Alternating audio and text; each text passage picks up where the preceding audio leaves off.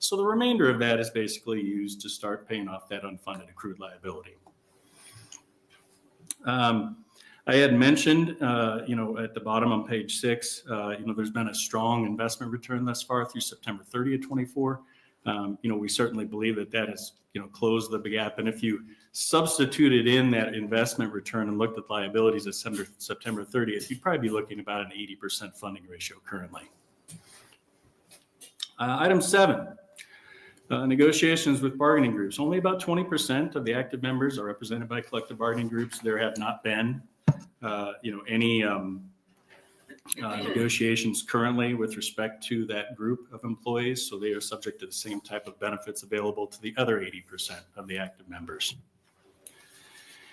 I mentioned before, item 8, actuarial experience studies. They're very important. They're very important with respect to assessing how the actuarial assumptions compare to actual experience. We just completed a 4-year experience study in August of 2024, which resulted in some minor changes to those actuarial assumptions I had mentioned earlier as well. The next study, they're scheduled for every 4 years.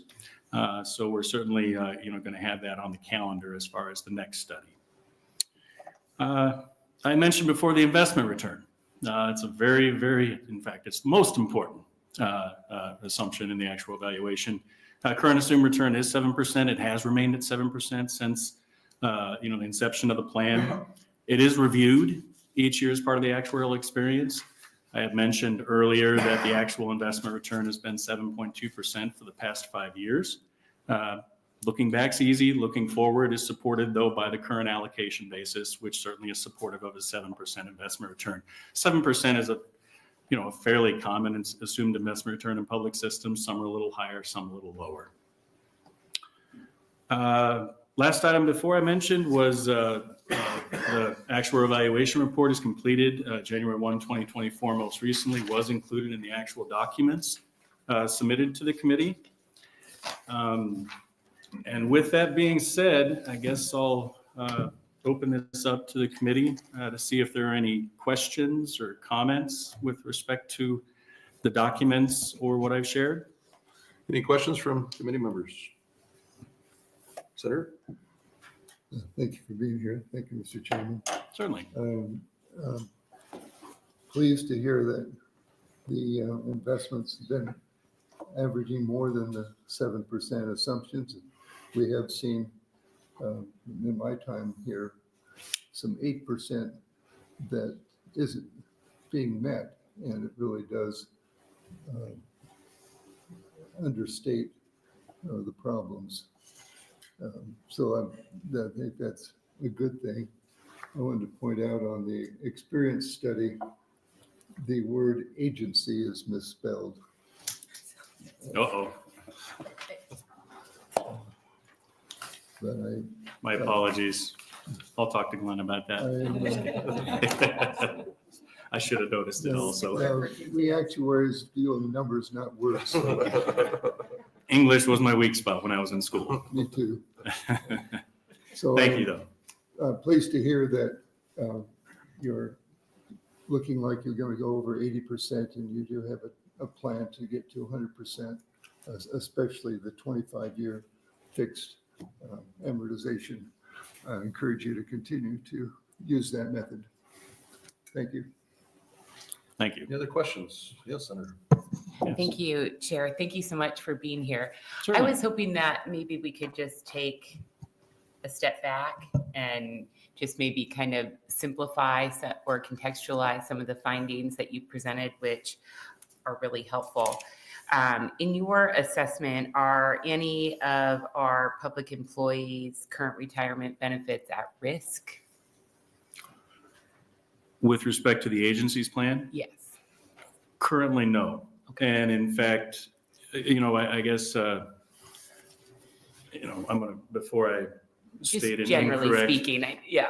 One way to look at it is, benefit security obviously is most important, reflective of the funded ratio. But then also, I call it, what are the current retirees? I was going to mention 4.5 million, and that's about right. The current retirees are being paid approximately $4.5 million a year in benefits.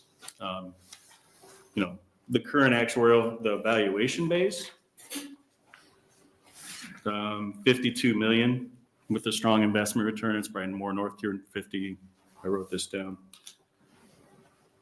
It was 59 million as of September 30th. So there's different ways of looking at benefit security. If benefit security is, oh, can we pay all the benefits for your current retirees? The 4.5 million compared to an asset base of 59 million, there's certainly a lot of room there for a lot of years. But Right. obviously investment return is the key going forward. And considering the commitment that the agency has with respect to funding not only the benefits each year, but then also paying off, I always call it paying off the mortgage, paying off the unfunded liability with paying that annual required contribution or actually determined contribution has occurred in the past. So I think with those measures in place in the current funded status, the long-winded answer would be yes. I don't think there is any risk currently with respect to the agency pension plan to pay those benefits. Great. No, I think that's helpful because I think all of the information presented here is important for all of the stakeholders to utilize to plan to ensure soundness in the present and moving forward. But just want to make sure that the record is clear and the message is clear, perhaps to retirees or folks that are watching this and who are having perhaps any questions or concerns about what that means for them at their kitchen table as they're trying to figure out the household budget. And so I just wanted to provide a finer point on that in terms of what the impact is for a lot of the beneficiaries here. The other thing that I was going to ask, and I think that the reports do a nice job detailing kind of the historical arc in regards to some of these issues, but in these plans in particular, we saw, a really robust kind of funding structure in, I think it said the mid-90s for most of these plans. They were pretty well funded, and then for a variety of factors in regards to employment and investment and otherwise, we've seen some perhaps diminishment from that fully funded kind of high watermark over recent years.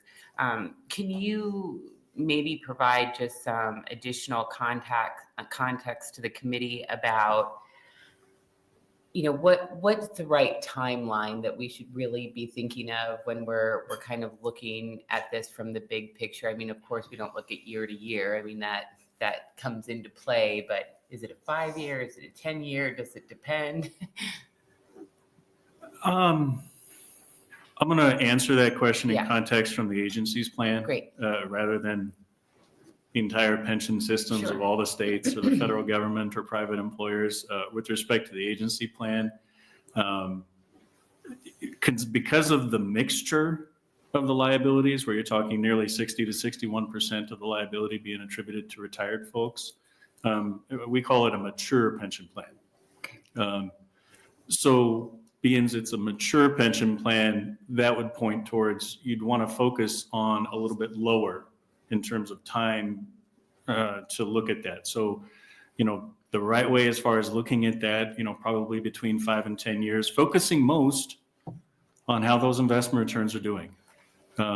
Because you have a mature pension plan, there's just not enough time to recover as if you had 95% of your participants active employees, where there would be a much longer time frame, even before they start drawing their pensions, to recover from any investment return. That points towards, you mentioned in the 90s, a lot of plans were a lot better funded. Well, the two main culprits: one, the 2008-9 recession. The investment return was very challenging to recover from, not only with respect to this system, but you could probably expand that comment out to all systems. And the other item is declining interest rates. Those investment returns got even more pressure when you have exposure to fixed income, where returns and yields have been virtually at historic lows for the past 5 to 10 years. So you kind of had a big headwind to catch up, and then another headwind if you want to invest conservatively that you can't get yield. Great.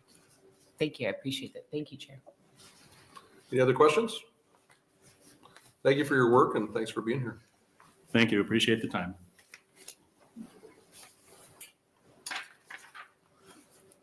Anyone else that would like to testify?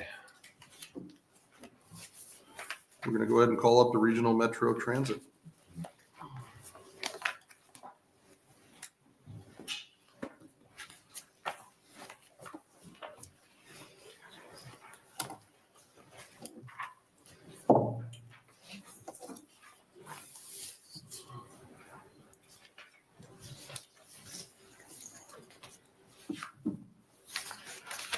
Good morning.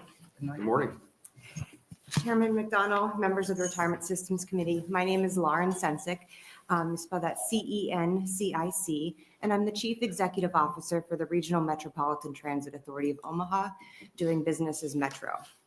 Metro is the public transit provider for the Omaha metropolitan area, providing fixed, paratransit, and express bus services. We also provide service to the cities of Council Bluffs, Bellevue, La Vista, Papillion, and Ralston by virtue of agreed-upon service contracts with those municipalities. I want to thank you for the opportunity to be here today to address the committee regarding our hourly employee pension plan and that the corrective actions we are working on to improve the funding status of the plan. If you'd indulge me, I'd like to start with a brief overview of the plan. We are also a fairly mature plan. We have 207 active members in the plan and 207 members in pay status, with 58 terminated members and deferred beneficiaries as of January 1st of this year. The value of our plan is just over $30 million, and our rate of return for last year was 17.49%, so we're very happy with that. The funding status of our plan is 73.9%. The major updates regarding our corrective actions since our last update to this committee are the completion of an experience study and the change in contribution rates.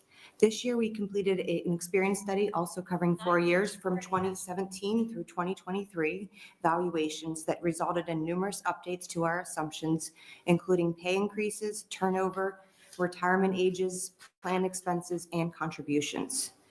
As we reported last year in our most recently adopted collective bargaining agreement with the Transport Workers Union Local 223, we increased the contribution percentage for both employees and the employer to 8.25%. That's up from 7.75% previously. Those contribution changes will begin January 1st of this year and will be reflected in our next actuarial study as of January 1st, 2025. So those increases are not reflected in our current funding status of 73.9%. This is an improvement over last year's funding status of 72%. We're also proud to say that we've been able to report improvements on the funding status to this committee every year since 2020. Of particular note, this continual improvement to our funding status has occurred despite a past reduction in our assumed rate of return, which remains at an extremely conservative 6.25%. When you compare 6.25% compared to our returns last year of 17.49%, I think we're in a very good spot. Our recent experience study identified an expected long-term return of 6.72%, but we decided to maintain our more conservative assumption in order to continue to make improvements in the funding status of the plan and be a little extra judicious and conservative. I would like to thank Metro's Transport Workers Union leadership for sharing my passion for ensuring that we proactively address the issues that have led to the previous underfunding of the plan, as evidenced by our most recent collective bargaining agreement, in which increased contributions was a central focus. Our pension plan is governed by a pension committee comprised of Metro leadership, union leadership, Metro board member, and external advisors. I believe it is this collaborative approach that has allowed us to make significant improvements to our contribution rates and conservative assumptions. Thank you for the opportunity to address the committee. I'd be more than happy to answer any questions you may have. Thank you. Any questions from the committee?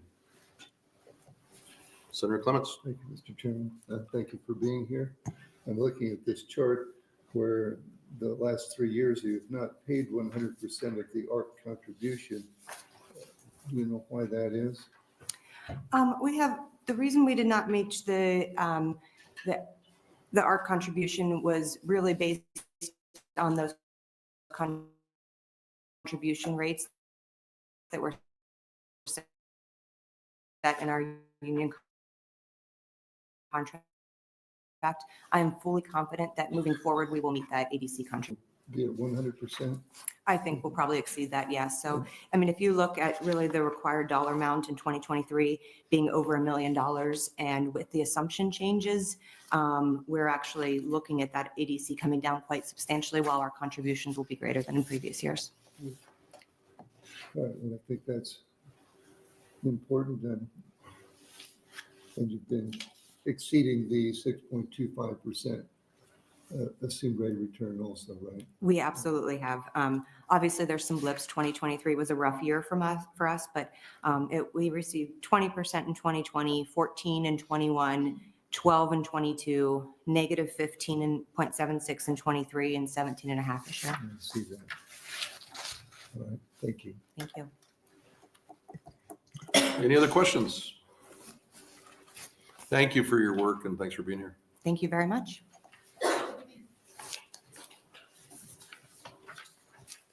Anyone else would like to testify? Anyone else?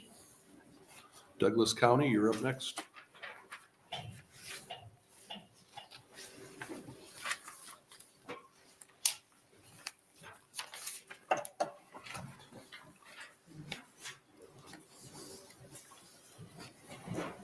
Good morning. Good morning. My name is Lori Persch. That's Pirsch. I am the Director of Finance for Douglas County and the Chairperson of the Douglas County Employee Retirement Plan. I am here today to talk to you a little bit about our plan because we are obviously still underfunded and haven't reached the 80% mark. So I will walk you through a little bit of where we're at, and then we'll take any questions you may have. So our most recent actuarial valuation was performed by Hub International as of January 1st. The report showed that the plan was 68.2% funded and had net assets on an actuarial basis of $433.1 million and an unfunded actuarial accrued liability of $201.9 million. The plan has 4,599 participants and an equal contribution rate from the employer and the employees of 8.5%. The funded ratio has decreased a little bit from prior year, 68.9%, down to the 68.2%, as I just mentioned. To understand why we are at 68.2%, it's important to look at some background of the plan. In 96, of course, and similar to some other plans as they've discussed, we were not fully funded, but almost. We were at 98%. They had made some changes back there, introducing the rule of 75, making the benefit formula a little more, a little bit better for some of the employees, and then they implemented some COLAs. And then, of course, all of those things in addition with the Great Recession, ultimately in 2010, they found that the funded ratio had reached a low point of 57.8% in 2010, and they obviously knew they needed to make some changes. So accordingly, effective for all employees hired after December 31st of 2011, they eliminated rule of 75 and they put some caps. They changed the maximum retirement income was reduced from 60% of a participant's final average compensation to 45%. And so hopefully, you know, that these measures they have been helping us to get back up to, you know, being better, have a better funding ratio. So on that front page on that chart, our funding status, you can see in 2022, we were actually up to 73.9%, almost 74%. We have decided to keep the assumed rate of return at 7.5%. We have been looking at that, as I know a lot of plans have pulled that back just a little bit. In discussion with our investment advisors, they think that we are still good with the 7.5%. Our actuarial investment return was 11.6% in 2020, 12.7% in 2021, 12.6% in 2022, and then of course, like everyone else in 2023, it took a hit with the market there. I believe, though, even though ours was only 0.4 of everyone that was testifying here last year, ours was at least positive. So if that's a bright sign, and we are back up to 5.7% this year. If you, that is the actuarial investment return. If you look at the actual market returns, of course, without the smoothing, that's the next line below. And you can see that it was negative 11% in 23 and 12% in 2024. As I had mentioned earlier, both our plan indicates that the county cannot contribute any more than the employee does per the plan document. Right now, that's 8.5% from each party. So looking at the ARC, our actuarial required contribution for 2024 would be $33 million. As of the time that this analysis was done here, our expected contribution for the year would be $31 million, which would be only 94% of the ARC. If you look at the history, though, you can see that with the exception of 2020, we have been at or above the ARC. Our usually later in the year, our payrolls tend to come in a little bit higher. So, and also I think we have 3 pay periods in November, and then December is usually a little bit high. And Senator Clements, in thinking about your question last year, because you had asked, since our expected contribution was less than 100%, and so you had inquired about that. So I talked with, Glenn was going to be out, Glenn Gahan from Hub. So I talked with Brian Kimmenaugh about that in the anticipation of a question regarding that. And he performed a little analysis for me showing the actual contributions and the expected contributions each year, 2019 through 2024. So 2019 isn't on this chart, but if it was, and it shows that the 5-year average, we actually end up at 106.4% of the ARC with the method that we're currently using. So even though at the time of this, the projection was 94%, he says it's very likely that we'll meet that 33 million. So I was trying to anticipate your questions. Sure. That one took me by surprise last year. I had to phone a friend and pull Joe Lorenz up on that one. So I don't think I have anything further, other than to just say that the committee is, very careful to make sure that we are not making any amendments that would do anything that would directionally, change the fund, that would directionally impact the funding status in a negative manner. I'm very protective of, obviously the older folks have a very good package there with that rule of 75 and, some of the higher payouts and whatnot. So I'm very protective of making sure that that plan is going to have assets there to pay out to the younger folks as well and the newer employees. And with that, if you have any questions. Questions from committee members? Senator Connor? Yes. Hi, good to see you. Thank you so much for being here. One thing that I've been thinking of in preparation for this hearing and then kind of looking ahead to the upcoming session, and if you don't know off the top of your head, we can continue the conversation, or I imagine that we will either way. So during the most recently completed special session this summer, the legislature decided to make a host of changes to various aspects of the law, in particular, putting some constraints on local government in regards to the caps that were imposed. Now, there was a broad public safety exemption, so to speak, that helps to mitigate the impacts of some of those issues. But do you see those caps as having any sort of bearing on your ability to ensure soundness in the public employees' retirement plans moving forward? I don't think so, but it's something that I need to look at a little bit further. I mean, these funds are kept in trust a little bit separate, obviously, from the regular, Douglas County funds. But there are a lot of impacts related to that, that I need to make sure that I've looked at all angles. So yes, well said. I think that we all need to maybe keep an eye on that for what revenues and resources will be available on the local level to cover obligations like retirement and otherwise. So I appreciate that, and I'll look forward to monitoring those provisions together moving forward. Thank you. Any other questions? Thank you for your work. Thanks for being here. thank you.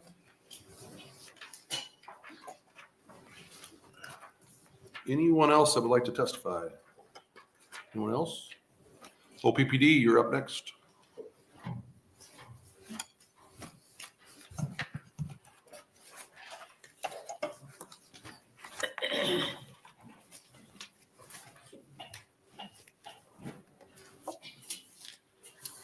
Good morning, Senator McDonnell. Good morning. Thank you for having me. My name is Jeff Bishop. I'm the CFO at OPPD, BISHOP. Just a quick background in terms of OPPD.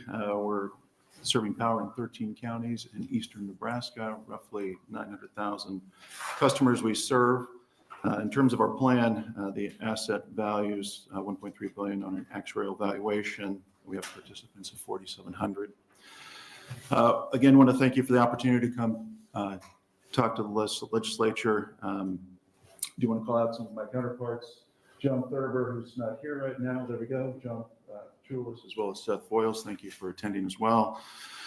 Do want to talk about kind of the focus. We are focused on getting our plan fully funded. Want to highlight a couple items before we jump into the details. You'll note that we always make our ARC payments 100%. You'll see that as a very strong history. That's a focus both from the board as well as management to make sure that we're taking care and ensuring that we have a healthy plan and getting fully funded. We'll also highlight that we have a strong history of providing additional funding. So if you look over the past 3 years, we've added another $145 million above the ARC payments to improve the health of the plan itself. We do quarterly reviews with the retirement fund. We have board members on that as well. It's a specific focus of ours, again, to make sure we've got the right eyes. We're putting together the right plan to deliver the outcome that's needed for the utility and our retirees. When we look at our funded ratio, you can see that we've continued to improve over the course of time. Back in 2020, being at 69%, going up to 74.3%. We would have been better up for the market return in 2022. You can see that we did take a dip as we moved into 2023. Again, all of these are as of our January 1st, 2024 actuarial valuation. I do want to take a moment to highlight, well, how did we get here? We'll take you back to page 2 where we talk about primary reasons. Again, lower investment performance from 2000 through 2008. Also, we adjusted an increase in our life expectancy. People are living longer. We want to make sure we're capturing all of those attributes appropriately. And then also a reduction in the plan's projected earnings rate, discount rate. And we'll talk a little bit more about that here in a moment. Again, trying to make sure we have as prudent of assumptions as possible so we can put together a good plan to deliver a fully funded plan. As we look at specifically back how we've performed, discount rate, I'll highlight that, obviously critical in terms of what do we expect to return on the plan. Through 21 at 7%, we worked with our financial advisors, actuaries to assess what was a reasonable discount rate based upon our investment profile, what we're seeing in the market. We adjusted that down to 6.5%. Through 24, I will highlight, as we continue to see improvements in the equity markets, interest rates, if we were to adjust this back up to say 7%, we would be above the 80% funded ratio. So we will continue to assess that, again, not doing anything rashly, but want to make sure that we're taking into account future market performance and expectations. You can see how we've performed over the course of time. 13%, 6.4. We had a bad year in 2022, as many did, with the market turn down, and then in 23, 11.4. Year to date, we're about 9.5%. So very encouraging. Again, we hope that continues, and ultimately that may adjust what we use for a discount rate as we look forward. Other items to highlight as we go through, we've got our employer contributions as well as member contributions. I'll highlight 9% is the employee contributions as you look at a percentage of payroll relative to the employer portion, 27.3%, or almost 3 times what the employer is paying. Again, and that incorporates existing obligations plus the accrued liability. I would highlight as we continue on down in terms of our ARC payments, we've been making 100% of that. I think that's very important to ensure that we're delivering the outcomes that are needed for our plan. Going all the way back to 2020, you can see that that's been completed. And then in addition, we've done another $145 million. I'll highlight the way the utility is structured. When we have excess proceeds within the year, those aren't placed into different reserves. We have this plan called the decommissioning benefit reserves account that the funds are swept into, and then ultimately those are able to be applied to the pension. I think we've got a good history of applying those funds and making sure that that's a known priority for the utility, and ultimately that's to the benefit of our plan participants. We've got additional detail in the back in terms of how we've modified the plan over the course of time, but we'll highlight the plan in terms of a fully defined benefit plan was closed in 2013. And so almost 11 years now, we've had a cash balance plan in place. So we've got some existing participants, existing employees that continue to participate in the plan, plus retirees. As a percentage today, 42% of our employees participate in the plan, 58% participate in cash balance plan. And with that, again, I'd highlight as we look at our 5-year trajectories, as we look at our annual operating plan with the board, with management, it's always to incorporate a full ARC payment that's built in as a planning assumption. So we feel very comfortable that on a go-forward basis, we will continue to meet the funding requirements for the plan.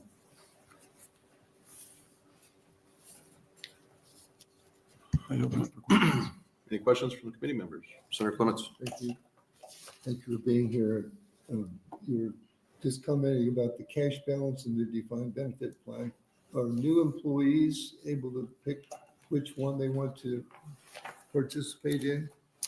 As of 2013, January 1st of 2013, everyone is placed in a cash balance plan.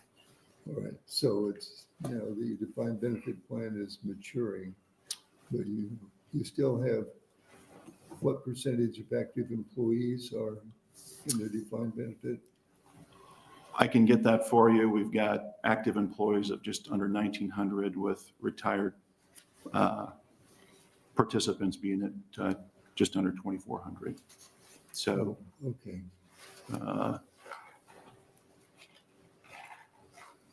Probably 65% would be retired versus active employees. Do you have someone projected when you're going to make a 100% funding ratio? Yeah, when we go back, we got us to the third page where we highlight the unfunded liability, large unfunded liability taken on and amortized over 20 years starting in 2015. We will have that completed by 2035, so we'll be largely fully funded.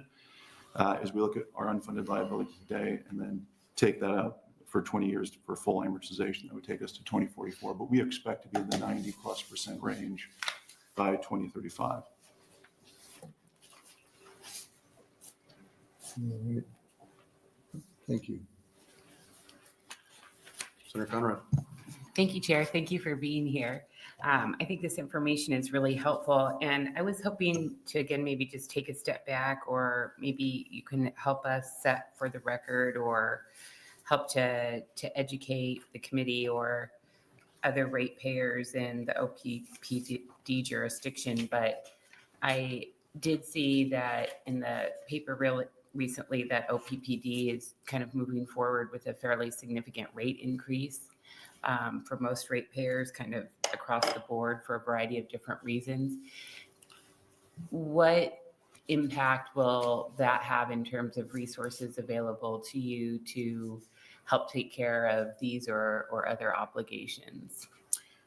That's a great question, and I'll highlight back to my previous comment in the terms of a baseline assumption in our budget is that we're making 100% of the actuarial retired contribution. So as we look at different decisions that are facing the utility, that is never on the table in terms of moving away from 100% contribution. So we're very, very proud of that. It doesn't come without challenges, but ultimately that's a foundation of what we plan for. No, that's very helpful. Thank you. Just to kind of understand the correlation or connection between those different factors. I think hopefully most Nebraskans are proud of our public power approach to these critical infrastructure issues in our state. But I have been watching carefully what's happening in some of our public power entities. While we have incredible reliability and are still more competitive than, of course, many of our sister states, we are seeing, continual pressure and increases on a lot of those rates, which really can add up, particularly for consumers and businesses alike, of course. But just trying to kind of get a bigger picture and understanding what's really driving those rate increases so that we can make sure to keep things affordable for everybody. 100%. Okay. It's top of mind for us. Thank you. You received a email from Neil on the 13th. Are you prepared to answer those questions? I am. Okay, let's start with those questions. Do you have them in front of you? I do. All right, let's start with the first one. Just go down the list. You can go ahead and read them off. Okay. OPPD, first question that we received was, OPPD is currently at 74% funding to your pension plan. How much will it take to get to 80%? Based upon our current actual valuation, the liability calc as of January 1st, to get to 80% would take $102.2 million of additional contribution. Next, we had OPPD employee contributions have gone up since 2021, while OPPD's contributions have gone down in the same time frame. Why is OPPD not contributing more to the pension plan instead of relying on OPPD employees to make the difference? And would point us to the information that's contained in here. In 21, our contribution from an ARC perspective was $56.5 million. That's growing to $63.2 million in 2024. We just got our most recent projection for 26, $78 million. If we compare that to the voluntary contribution from our participants, employees were $15.7 million in 2021 and $19.3 million in 2023. I would also highlight the additional $145 million of additional contributions OPPD has put into the plan that aren't required to be matched, obviously, by our employees. Can you please tell me how many employees are employed and their combined salaries for your executive leadership? We have 11 employees on the executive leadership team with a combined salary of $4.7 million. Can you please tell me how many employees are employed at and their combined salaries for Nebraska City Station? We have 193 employees for Nebraska City Station with a combined salary of $20,895,000. Can you please tell me how many employees are employed and their combined salaries at your North Omaha station? We have 175 employees at North Omaha with a combined salary of $20 million, just over $20 million. How many retirees does OPPD have? As of January 1st, 2024, we have 2,385 retirees.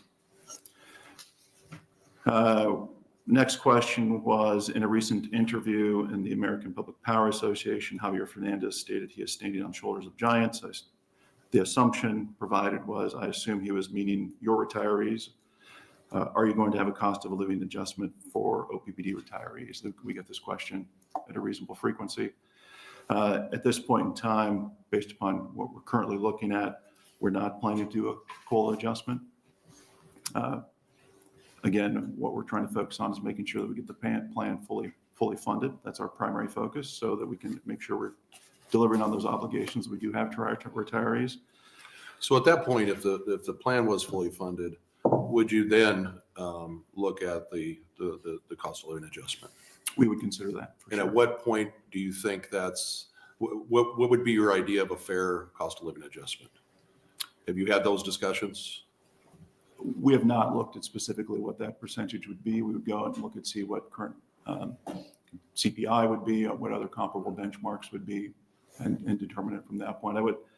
I guess what I would highlight is, again, it's important when we think about what that means relative to the financial health of the plan as well.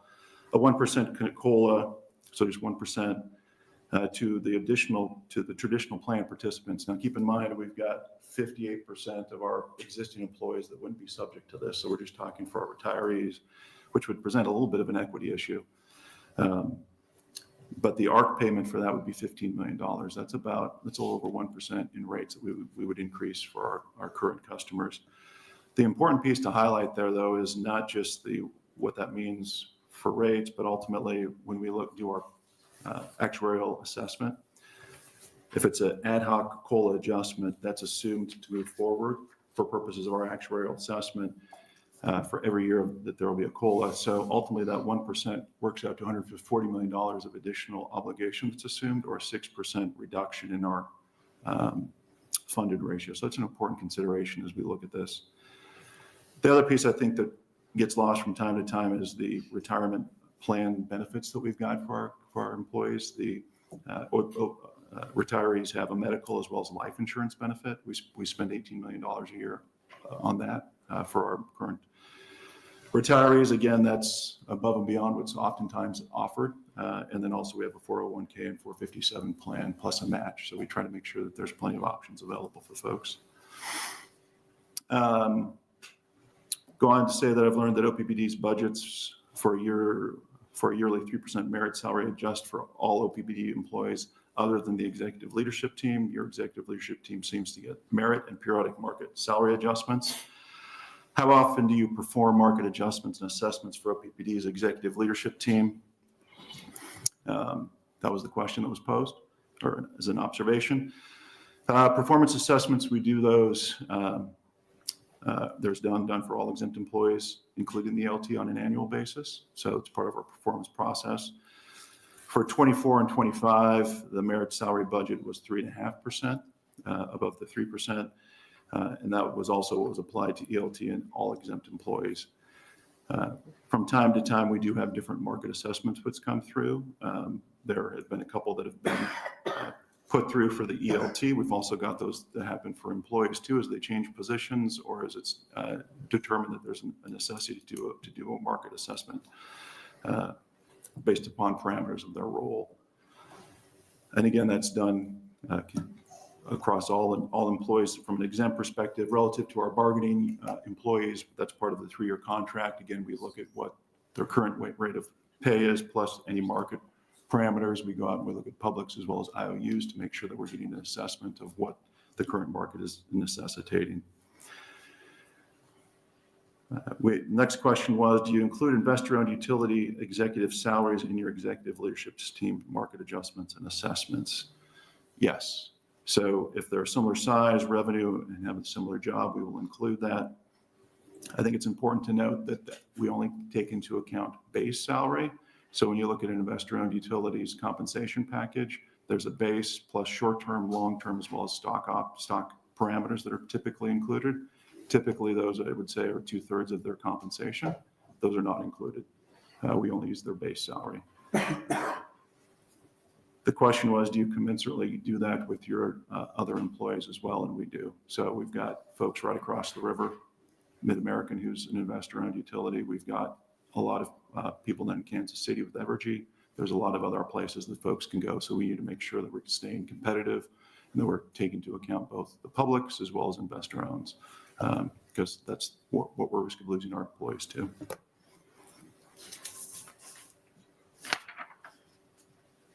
I think those were the questions. Hopefully that's helpful. Any other questions? Any other questions? Thank you for your time and thanks for being here. Thank you. Appreciate your time.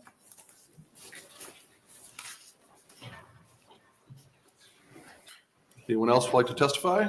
Anyone else would like to testify? We're going to move on to Omaha Police and Fire.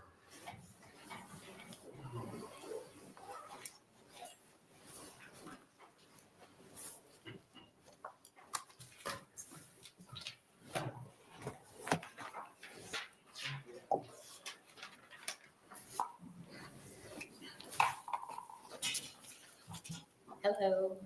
Good morning. Bernard, welcome. Thank you. Members of the Retirement Committee, Chairman McDonnell. My name is Bernard Indenbosch. I'm Deputy City Attorney with the City of Omaha. My name is spelled first name, capital B-E-R-N-A-R-D. Last name is 3 words. First word is lowercase I-N. Second word is lowercase D-E-N. And third word is capital B-O-S-C-H. And you've ingrained it in me that I need to do that when I'm in one of these chairs. So in any event. Best part about getting old is I now get to flip glasses on. I'm appearing on behalf of the City of Omaha Police and Fire Retirement System. Our actuary is Milliman and Associates, and they've been our actuary since 2021. It's a plan for the City of Omaha's sworn police and fire personnel. I'm not going to repeat everything that was in the report. Many of you have been here before, and obviously I'm a frequent attender. In fact, it seems like I'm here every year for some reason.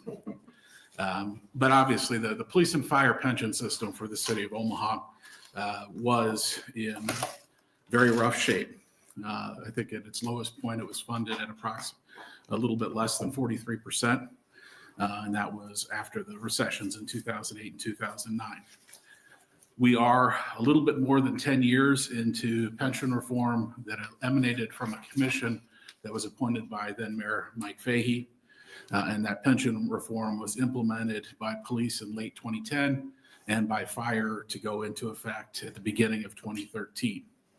That pension reform resulted in a reduction of benefits for current employees, did preserve some rights for those that were within 5 years of retiring for police and 10 years for police and 5 years for fire. And it did split our pensioners into different tiers. And those that were new hires after that pension reform went into effect, for example, no longer have pensions based on overtime. It's base salary increases. You need to have 30 years of service or be age 55 in order to be able to retire. As part of, obviously, we have a city charter provision that says that our pension system is supposed to be funded by roughly equal contributions, or substantially equal contributions is the term, by both employer and employee. And the contributions were substantially equal back before pension reform occurred. But when pension reform occurred, the employees made their contribution to the pension reform by reductions in benefits, and the city made theirs by increasing contributions. Increasing contributions roughly 13%. So as we sit here today, and I'll give you a blended number because we have 4 different bargaining groups that are part of this group, and there's some slight nuances, but the contributions for the city is a blended number of 33.776%, and then for employees, it's 16.564%. I provided the actual report for January 1st of 2024. Like most of the people that you've heard from before, the system had a negative return in 2022 and a positive return in 2023, but not to meet the assumptions. The rate of return in 2023 was 4.9%. The assumption for this plan is 7.75%. If you look at the compounded rate for the plan from 2019 to 2023, the 5 years previously, it's at 8.89%. And the actuary does look at the investment portfolio and makes a projection based on that allocation as to what the investment return is. And that was in the analysis, was in the report. And there, the rate projected by Milliman was 8.5%. Our investment consultant probably feels comfortable that it should still be 8%, notwithstanding the fact that the assumption was reduced to 7.75% approximately 5 years ago as a result of a recommendation by McDonnell, who was the actuary of the plan at that point in time. You have an experience study. Obviously, the experience study that was provided was completed in 2022 for the period of 2016 to 2020. There is a new experience study that is going to commence on January 1st. So when I'm back here next year, we'll have a brand new experience study and very possible some changes in assumptions that were made as a result of that. The active members in the plan is 1,491. Retired members is 1,656. So obviously we're a mature plan. The actuary did note one issue that needed to be watched, and that was that we currently, and if you read the news, you're aware of this, we've had some difficulty in recruiting and hiring police officers. We have a budget of 906, and we're currently a little bit over 810. So we're a little bit less than 100 short of what we would like to be. The HR department we've done in the last 2 years, accelerated recruiting. It used to be you'd have open applications every 2 years. Now we're doing it at 6 months. And so we're hopeful that we can make a dent in that. Please appreciate that since it takes roughly a half year to train police officers, and we roughly, for 1 out of every 12 people that applies, is able to meet the standards and ultimately be hired. So it does take some time to meet those things. The market value of this pension system as of 1/1 of 24 was $985 million, and the actuarial value was $1.024 billion. Now, the funded ratio for 2024 is 58.4%. That's an increase from 58% the year before. And I appreciate that is nothing that anybody is going to be jumping up and down about. But as I'm going to talk about in a moment, it's consistent with the plan that was put in place 10 years ago. And that's one of the difficulties when I come here every year. I always preach patience and talk about the long-term thing, and I appreciate you're probably tired of hearing that, but I'm going to repeat the same thing again. The normal cost for active employees is 19.604%, and you can see that we contribute roughly 51% based on the numbers that I gave before. So obviously, most of the difference is to fund the pension benefits for those that have already retired. And that's the reality is that's much like some of the previous discussion that we've had. That is where the deficit is. We have not met our actuarially determined contribution, and I know Senator Clements, we talk about that each year. It's decreased a little bit, certainly not where it was, but I would point out it's roughly 95%, which there's still a gap in percentages, but percentage-wise, it's improved some. The reality is when we look at the plan that was implemented as the projection that was included in the report indicated, it's projected that this fund will be fully funded by January 1st of 2053. Last year, I believe the report said 2051. We have, like everybody else, had a good rate of return this year. My anticipation is that number will go down a little bit for next year, but there is no question that number is going to, the fact that that number increased was tied to the rate of return, obviously, in 2023, as well as the fact that we need to increase the number of police officers. As is projected by the actuary, the plan will be 60% funded in 2027, but it's going to take another 14 years to 2041 to get 70% funded based on the plan that was in place. And it's a slow and steady, long plan, but then it's 80% funded in 2046, 90% funded in 2050, and as I indicated, 100% funded in 2023. And those things happen as the tier 1 and tier 2 people leave the city system, and all our employees become tier 3. Right now, a little bit more than half our police officers are in the 3rd tier, and a little bit less than half our firefighters are in the 3rd tier. That's just a recognition that we've had in 11 years. We've had about half the firefighters, a little less than half the firefighters go, and in 13 years, we've had over half the police officers go. So I'll obviously answer questions, but I appreciate we're on a path that the actuaries outlined in 2009 and 2010. That's when the projections came in. A little bit at the beginning, and then it took, in order for the plan to really go into effect, you had to have both the police and fire become part of it. That happened effective January 1st of 2023. And in the 10 years since that has occurred, you'll see that the projections are pretty exactly as were projected by the actuary. It's a slow approach. It obviously requires patience by the employees, by the city, and frankly, it requires, and this committee, obviously, as well. And it's going to require the unions and the city and the city elected officials to continue to be committed to following through and making sure that this plan, that the changes that were made remain in effect, that we don't see any degradation in the amounts that are contributed and or increases in benefits absent them being funded. But that's hard to accomplish when you're already talking about pretty significant contributions by both employees and the city. So that's my report, but I'm happy to answer any questions. Questions from the committee members? Senator Clements? Thank you, Mr. Chairman. Thank you for being here. I'm just wondering about when your collective bargaining agreements, are they coming up for review? Are you expect to do any negotiations at that time?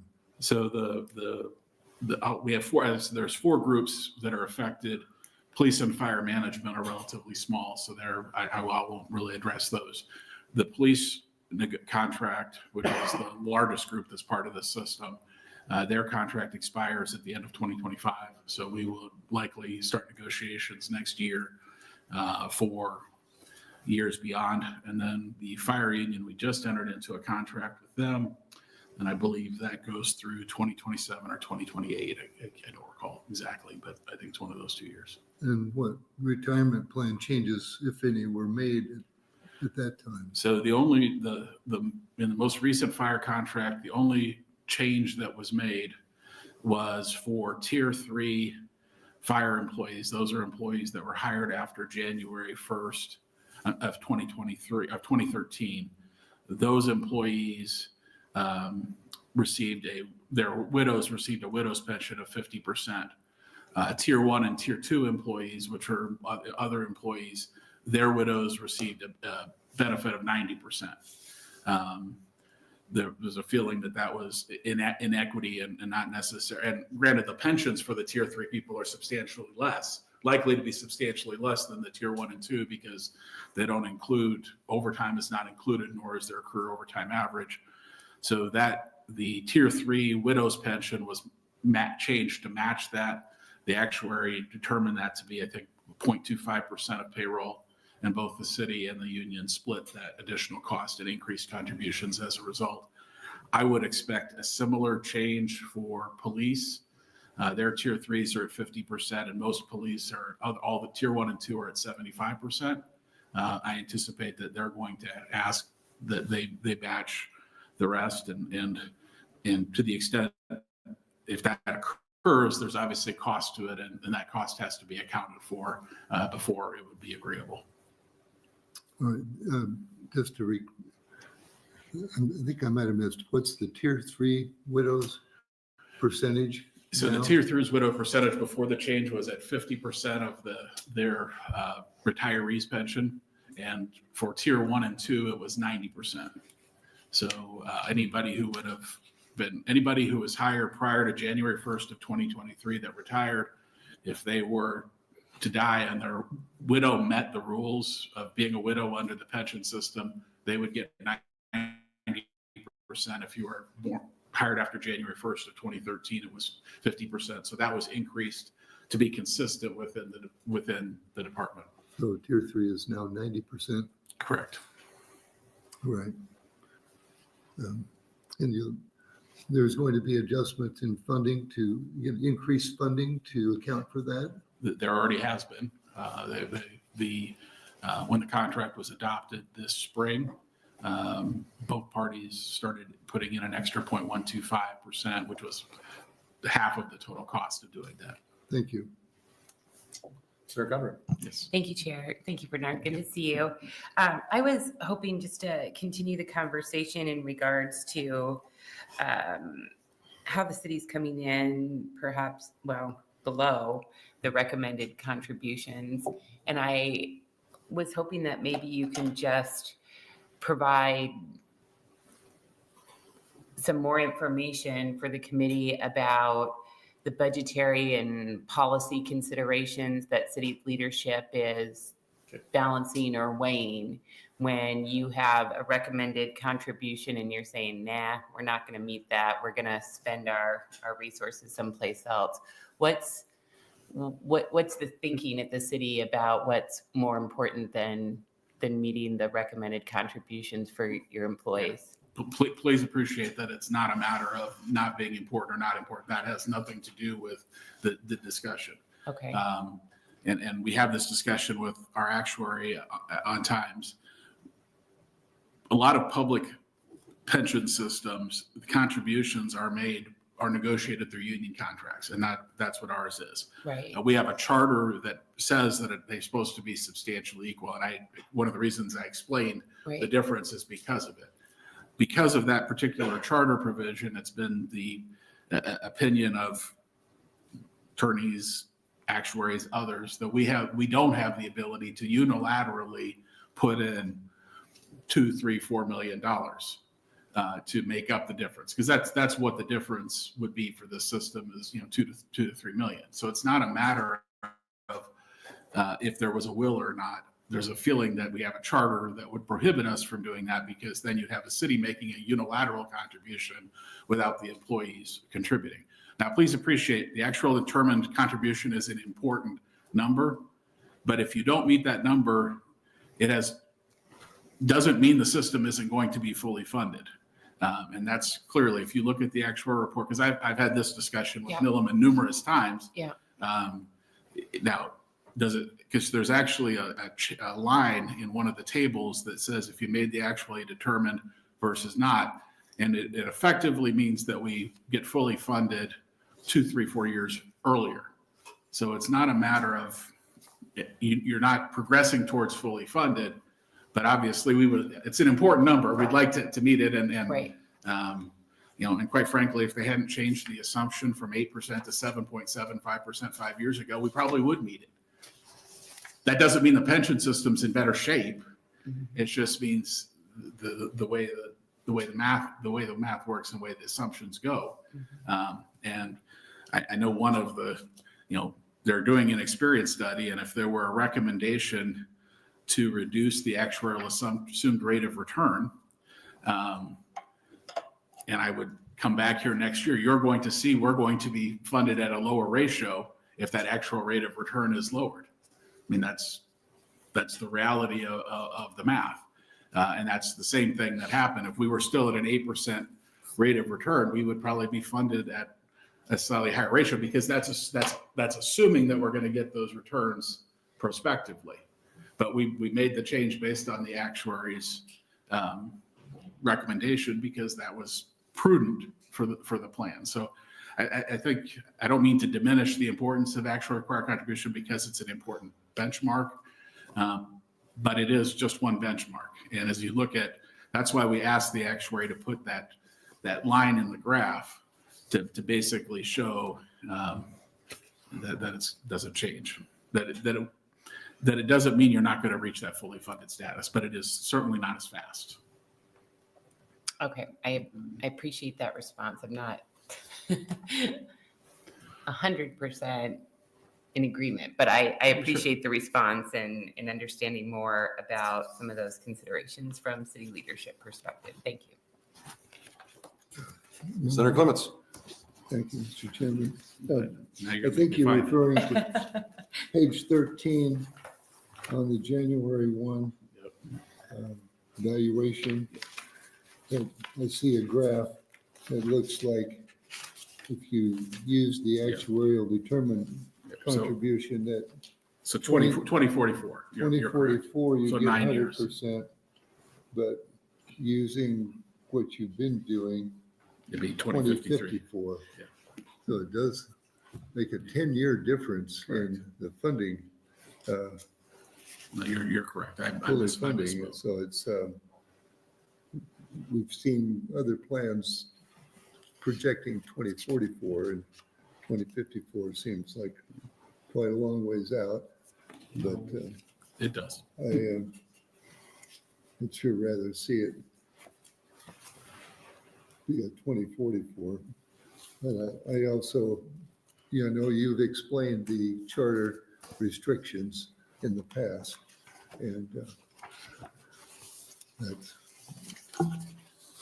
that's a problem in my feeling that somebody should try to resolve, really. But thank you for that chart. That's helpful to see. Yes. And I apologize. I did No, misspeak, I got but If you have my any- point is well taken, but Yeah. I misspoke during the time period. all right. Completely understand. And frankly, we hope that we do meet the ARC. I mean, if we're able to increase the number of police officers that we have, that will certainly help us get there. That's one of the impediments we have, because obviously new hires are tier 3 employees. You've got that normal cost that's relatively low, but you're still getting those contributions at a higher rate. So that helps you get there. All right. Bernard, how many years have you been representing the citizens of Omaha? I have started with the city in May 23rd of 1996. Well, we appreciate all your work. I got a few questions. So you talked about this current hiring class, and right now I believe they started off at 28. They're down to 27. We're approximately 130 police officers short from the authorized. We're actually, I know the union uses the number 130. They don't count the class that's No, that's what I'm trying to get that's to. in there. So if we look at we're at 810 and the 906 is our staffing number. So we were 96 down. So let's take a approach where we look at the current class, starts off at 28, there's 27. Like you said, it takes them approximately 6 months. So we're looking at now, I believe, February before that class will be able to be on the streets, approximately. Correct. So at this point, how many people will retire before February? Do you have a number on that?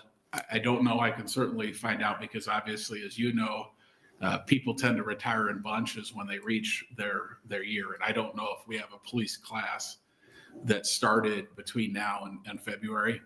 I do know there's a hope to have a lateral class of police officers start before the end of this year, if not early next year, and then have a regular class start in the first couple of months of next year.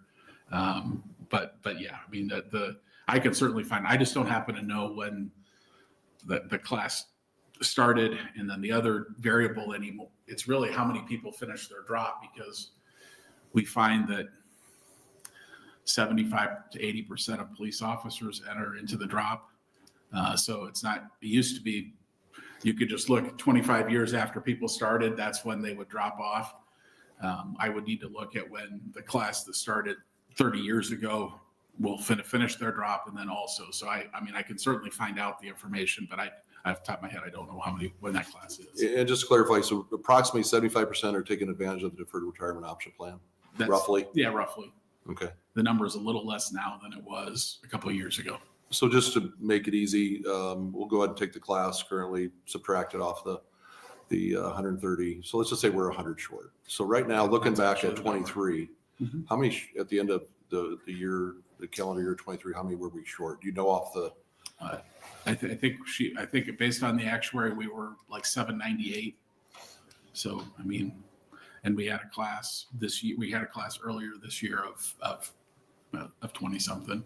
So going back then, year before, do you remember 22, 21? When was actually the last time we ended the fiscal year at our full authorized strength for the Omaha Police Department? Do you remember? I don't remember off the. I actually have a chart in my office because I have tracked it, but I don't recall off the top of my head of when it was. I think it's been 3 years ish. And obviously we had some difficulty because we couldn't have a class for approximately 9 to 12 months because of COVID. And before that, we were fully staffed. And the difficulty, of course, is once you get behind, it's difficult to catch up for two reasons.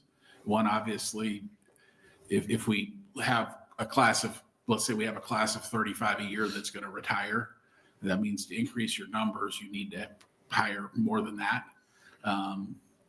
And we are not getting applicants. I mean, 15 years ago, we would get 1,800 to 2,000 applicants for a 2-year police list. A couple of years ago, we got roughly 170 people. We got 170 to 200 people. And of course, when you only end up hiring somewhere between 1 out of 10 or 1 out of 12, a list of 180 means that you're hoping to be able to hire 15 police officers off it. So I know that there has been in the last year and a half, a huge increase in the amount of recruitment that's being done. We're posting for police every 6 months.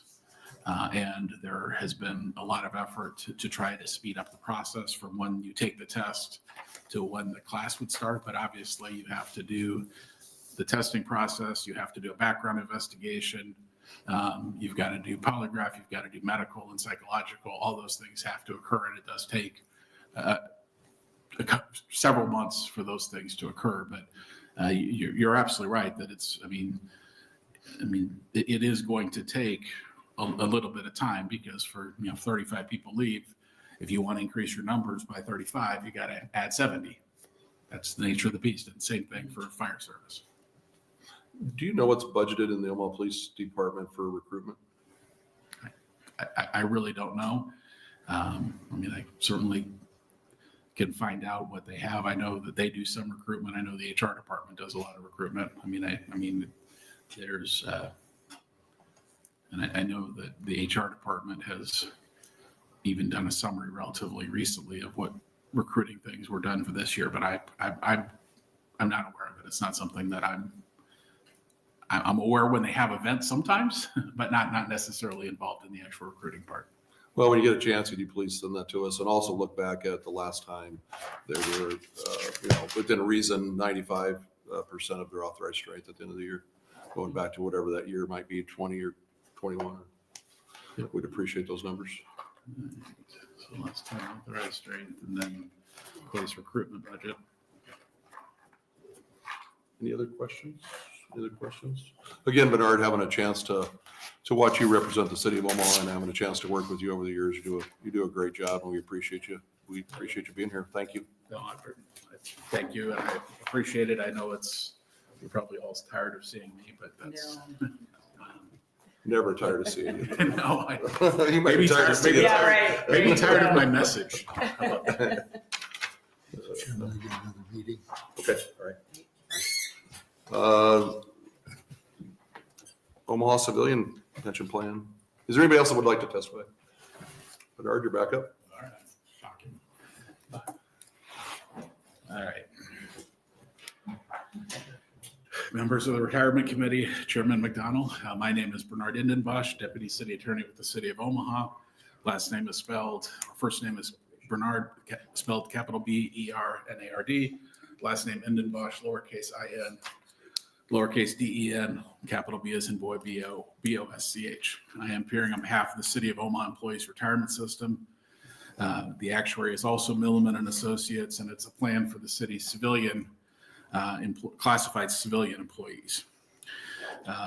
This particular plan, much like the police plan that I just spoke about, has had issues going back to the recession in 2008, 2009. The plan was funded, I believe, at its lowest point at 38%. There were, and prior to the time that pension reform was implemented late in 2014, which went into effect on March 1st of 2015, the plan was not going to be able to, would have been cash negative at some point by the late 2020s. There was pension reform done in March of 2021. That reduced benefits for active employees. I described some of the reasons how in the letter that I wrote to you. That also provided a cash balance plan, which is a type of defined benefit plan for all new hires after March 1st of 2015. And obviously part of the concept of the cash balance plan is the return that they get is somewhat tied to the rate of return by the pension system. And much like we talked about for fire, the pension reform done in 2015, employees reduced benefits and the increased contributions, and employees contribute 10.13%. As the actual report that I provided was effective January 1st of 2024, has a rate of return for 2023 of 5.5%. Obviously, 2022 is negative. The assumption for the system is 7.5%. The compounded rate, our average over 5 years, 2019 to 2023, was 8.1%. And as I indicated to you, Milliman did look at the asset allocation of this particular plan, and this plan is managed by a different board of trustees, though it has the same investment consultant. They projected the rate of return based on the asset allocation as being 8.2%. That's something that's in the report. There are 1,335 active members and 1,456 employees in retired pay status. 57.5% of those employees, the active employees, are in the cash balance plan, meaning that since March 1st of 2015, 57.5% of our employees that are in the pension system have been hired. A high amount of turnover, and I think probably accounts for when I talk later that our projection for being fully funded is slightly ahead of what was expected. That's frankly in part to the fact that we've had more turnover than was probably expected, a higher percentage of people in the cash balance plan.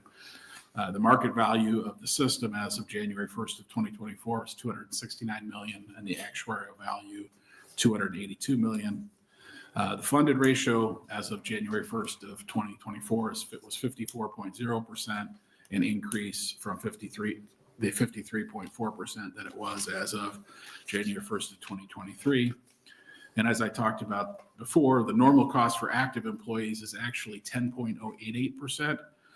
So the most of that difference that is being used is to fund the benefits of those that have already retired. And the actual determined contribution was 30.137%. And we also don't meet that particular projection, though the amount of the deficit has increased or decreased, was negative 0.17%. In 2023, it's negative 0.12%. Or 1.17% in 2024. Again, long-range projection to be fully funded. This particular fund is expected to be fully funded January 1st of 2046. When the plan was implemented, it was expected it would be fully funded in 2048. So we're a little bit ahead of what was projected, but I would say we're basically just like the other plan, where they gave us the map of what was going to occur, and we're proceeding along that map as was anticipated. There's going to be slight variances each year based on rate of return and slight changes, but the reality is we're precisely where it was anticipated. It's not anticipated that this plan will be 60% funded based on the projections till 2033. Seems like a long time away, but it takes a long time to get to 60 and 70% funded, and then assuming you keep the contributions, it explodes towards the end. 70% funded in 2038, 80% funded in 2041, and 90% funded in 2044. As I indicated, a long road. We're following the path that was outlined by Pat Beckham at Kavanaugh McDonald in 2015. And much like I said before, it's going to require patience by both the city and employees to ensure that we stay on the path, continue to make the contributions. And I'll be honest, I anticipate that once if I ever am allowed to retire, my wife probably has some say in that. I will be one of the people who shows up at personnel board and city council meetings if I think things are occurring that are inconsistent with the best interest of either plans. Because quite frankly, though I appreciate you guys are watchdogs as well, I kind of view myself as one also. Not only do I have a vested interest in the civilian plan, but I have a vested interest in part because of meetings that I've had with Senator McDonnell and Senator Coulterman in the past of trying to ensure that we get where we need to go. I will find the little chart because I don't remember off the top of my head, but I'll anticipate the question from Senator Conrad about not meeting the ARC. Similarly, they did do an analysis if we were to meet the ARC. And What page are you on? I'm looking at page 13 of the civilian report, and it indicates that we would be fully funded at the end of 2041. So approximately 5 years earlier if we met the ARC. As I said, it's a goal to meet the ARC. It's just something that I think sometimes people believe that if you don't meet the ARC, you're never going to get to be fully funding. And I don't think that's accurate. And the actuary has assured me it's not accurate. But again, we do have some of those limitations because the same charter provision applies. So that being said, I'm done with my report. I'm happy to answer any questions. Any questions? I have one. Senator Conrad. Thank you. Thank you, Chair. And thank you, Bernard. It's always good to see you, and you're a wealth of information. But, in looking at the list of entities that we had providing information to the committee today as per state statute and trying to think through, obviously there's a lot of different political subdivisions impacted by these issues and a diversity to their funding streams and employment dynamics and what have you. But it is striking to me in preparation that, we're looking at all these different plans across the state. And we've got here on our agenda today, flagged for monitoring, oversight, and other purposes, 5 to 10 plans from the Omaha, Douglas County kind of metro area where we're seeing the biggest red flags here. Do you want to just speak more broadly to why that might be?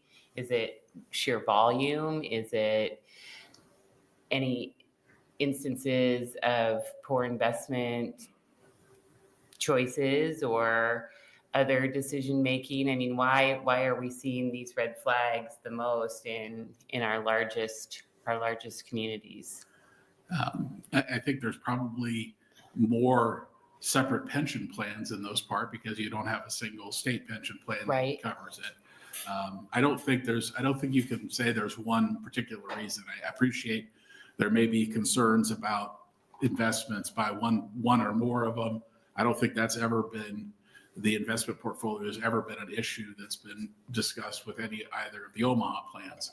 I do think there was a time when these plans, we've heard from several people, were fully funded in the late 90s. Yeah.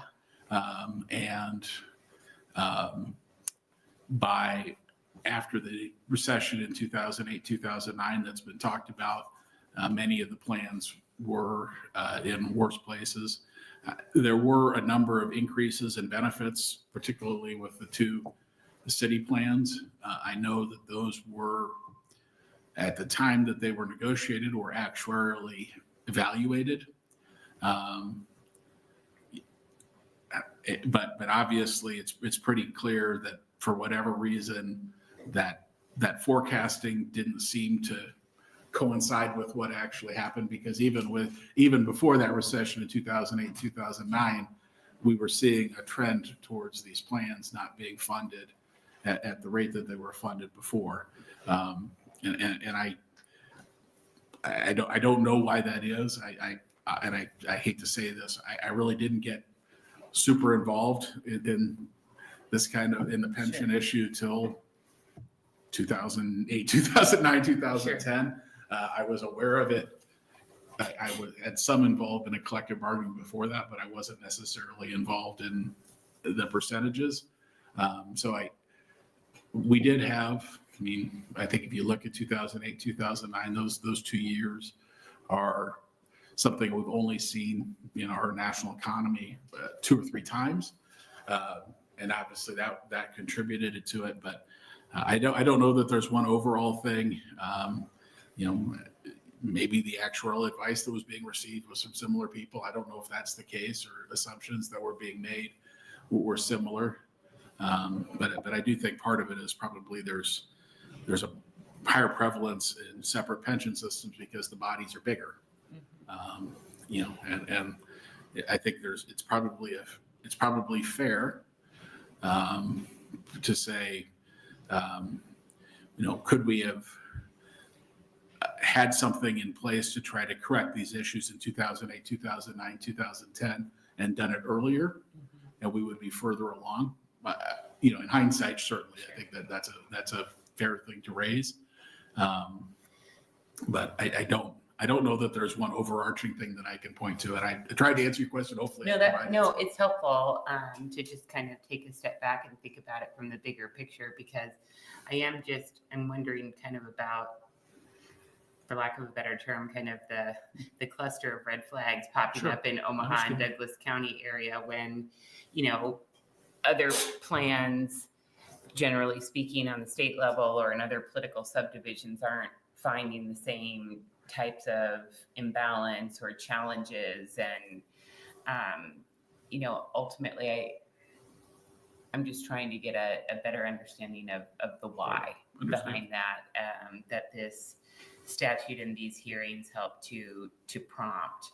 I appreciate your response. Thanks. Thank you, Bernard. All right. Thanks for being here. Thank you. I will follow up with that stuff. Thank you. Appreciate your time. I wore everybody down. We're to the end of the agenda. Osers. I'm sorry, is there anybody else that would like to testify? Anybody else would like to testify? Osers? And you're welcome, because I wore everybody down. Thank you, Bernard. Senator McDonnell and I are still standing. Good morning, Chairman McDonnell and members of the Retirement Committee. My name morning. is Shane Ryan, ShaneRhian, and I am the Chief Financial Officer for the Omaha Public Schools. I also served as administrator for the Omaha School Employees Retirement System until September 1st, 2024, the date its management was transitioned to the Public Employee Retirement Board. Omaha Public Schools is the largest school district in Nebraska, serving over 52,000 students and their families, and is one of the largest employers in the state.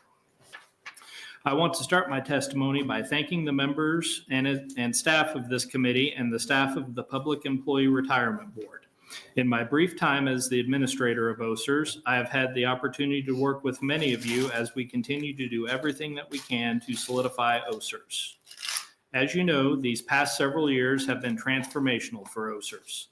The transfer of management to the PERB began with the passage of LB 31 in 2019 and was successfully completed on September 1st, 2024. We remain committed to working with the PERB staff to administer the plan moving forward. Their partnership and expertise have been and will be invaluable. I am here today to speak about the report submitted for this year for the Omaha Public Schools and the Omaha School Employees Retirement System. As we shared with you previously during the same hearing last year, the plan actuary, Kavanaugh McDonald, made recommendations to change the then current actuarial assumptions. Those recommended changes were adopted by the OSERS trustees and by the Board of Education and include a gradual reduction of the assumed rate of return from 7.5% to 7%, which will be fully implemented by 2025. Obviously, the reduction in the actuarial assumptions being phased in has contributed to the decrease in the funded ratio contained in our report and will likely result in a potentially significant increase in the actuarially required contribution made annually by OPS. Speaking of the actuarially required contribution, I am pleased to report that in 2024, our district was once again able to budget for and contribute to OSERS an amount in excess of the actuarially required contribution. Our district made an ARC payment of $45.5 million in August, which included $11.8 million more than what was actuarially required. This is the sixth consecutive year that the OPS Board of Education has transferred more funds to OSERS than was actuarially required. That said, we anticipate it will become more difficult for the district to contribute amounts in excess of what is actuarially required in the future. We understand that each decision the district makes affects every employee in our workforce and every student in our care. Our commitment to sound financial management and fiscal prudence is essential to our ability to manage both our responsibility to educate students and our duty to make actuarially required contributions to OSERS. Thank you for the opportunity to speak with you this morning. I would be happy to answer any questions you might have. Thank you. Any questions?